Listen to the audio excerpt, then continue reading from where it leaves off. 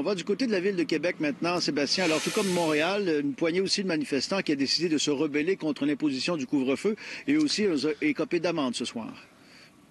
Oui, voilà, absolument. Et vous allez voir ces images parce qu'effectivement, poignée de manifestants, au départ une douzaine, une vingtaine par la suite, qui sont partis de l'Agora dans le secteur du Vieux-Port jusqu'au Musée de la Civilisation. Et par la suite, on a commencé à marcher et c'est sur la rue Saint-Paul, donc, qu'il y a eu intervention policière. Rapidement, c'est plusieurs autopatrouilles, au moins une douzaine, qui se sont présentées sur place là, pour coincer les manifestants sur le trottoir. Des manifestants à qui on a demandé de s'identifier. Il y en a certains qui ont refusé de s'identifier. On les a menottés et amenés à l'intérieur des voitures de police. Sinon, les autres qui se sont identifiés ont attendu là, patiemment qu'on leur remette leur constat d'infraction. Des manifestants qui s'opposent bien sûr à l'imposition du couvre-feu, l'imposition des règles sanitaires, des constats d'infraction de plus de 1 000 $. On a parlé justement avec un des manifestants qui a reçu un constat quelques secondes après que le policier lui ait remis. On l'écoute. Ben là, il faut retourner directement à la maison en tant que tel. Prochaine fois qu'on se fait arrêter, c'est un constat de 6 000 directement. C'est ça. On savait dans quoi qu'on s'embarquait, c'est ça. On n'a pas de stress avec ça. Fait que je comprends que pour vous autres, c'est pas une surprise, ça, là, à soir. Non, mais je le savais, hein. Il faut s'attendre à quoi qu'on fait, là. Il n'y a pas personne ici qui peut dire, hein, j'étais ignorant de savoir ça, là. C'est pas comme si ça faisait juste 2 heures que c'était sorti, cette histoire-là. On reste quand même satisfait du geste qu'on a posé.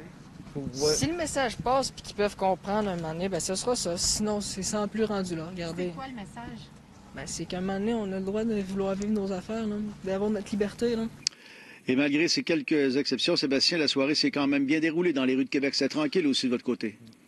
Oui, dans l'ensemble, effectivement. Pierre, une image en direct, vous connaissez bien la Grande Allée, c'est là où on se trouve actuellement. Aucune circulation automobile. Écoutez, c'est désert complètement. De l'autre côté, c'est la colline parlementaire. Et dans l'ensemble, effectivement, les citoyens qu'on a rencontrés, sont résignés et entendent donc respecter le couvre-feu pour les 4 prochaines semaines.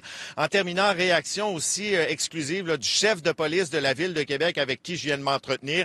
Il dit, et je cite, « Je suis très satisfait du travail de nos policiers. Ils sont habitués de travailler en situation complexe et ambiguë. Et d'autre part, je suis extrêmement fier que la très grande majorité de nos concitoyens acceptent de se conformer aux règles pour freiner la propagation du virus. Les policiers, le service de police l'avait dit, on va être très présents et en surnombre d'une certaine façon pour la première soirée de ce couvre-feu dans les rues de Québec. On voulait être visible, on voulait être présent et vous l'avez vu également sur les images. Donc, il y a eu intervention policière. Il y a des constats d'infraction également qui ont été remis, mais la police ne fait pas de bilan pour l'instant. On va laisser aller les prochaines heures. Probablement qu'en début de semaine, on fera le point sur l'ensemble des interventions policières. Merci bien, Sébastien.